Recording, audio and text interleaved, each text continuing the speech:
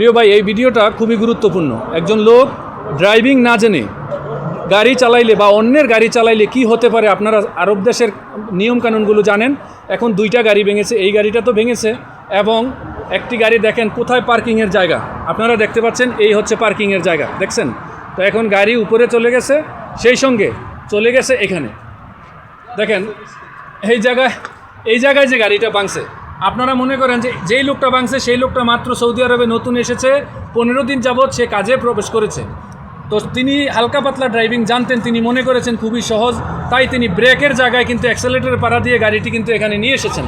তো এখন গাড়িটি ওকালা ছিল, একেবারেই 0 কিলোমিটার, গাড়িটা ভেঙে ফেলেছে। এখন বলেন তার জরিমানা কত আসতে পারে, আর এত বড় সাহস কেন দেখাবে? এই কারণে বাংলাদেশের প্রত্যেকটা মানুষকে আমি এই মেসেজ দেবো যে আপনারা ভবিষ্যতে কখনো পাক্কাপোক্ত ড্রাইভার না হয়ে অন্যের গাড়িতে হাত দিবেন না, অন্যের গাড়ি চালানোর চেষ্টা করবেন না, কারণ আপনার একটু ভুলে আপনার জীবনের কেরিয়ার শেষ হয়ে যেতে পারে। এখন আপনার লাইসেন্স না থাকার কারণে প্রথমার্ধে 6000 রিয়াল জরিমানা, তারপরে এই গাড়ি ঠিক করতে হবে অনেক খরচ। তাহলে আপনি বাপ মাকে আর কি দিবেন, আপনি নিজে আর কি করবেন, আপনি জীবন শেষ। তো প্রিয় ভাই, প্রত্যেকে মনে রাখবেন, ড্রাইভিং না শিখে অন্যের গাড়ি তো ধরবেন না, এবং নিজেও চেষ্টা করবেন না। অবশ্যই ভালোভাবে গাড়ি শিখে তারপর গাড়ি আস্তে আস্তে কন্ট্রোলে আনবেন। প্রিয় ভাই, ভালো লাগলে ভিডিওটা শেয়ার করে দিবেন, ভিডিওটা লং হয়ে যাবে। আশা করি ভিডিওটা শেয়ার করবেন, বাংলাদেশের প্রত্যেকটা ভাই যেন এটা দেখে অনেক কিছু শিখতে পারে এবং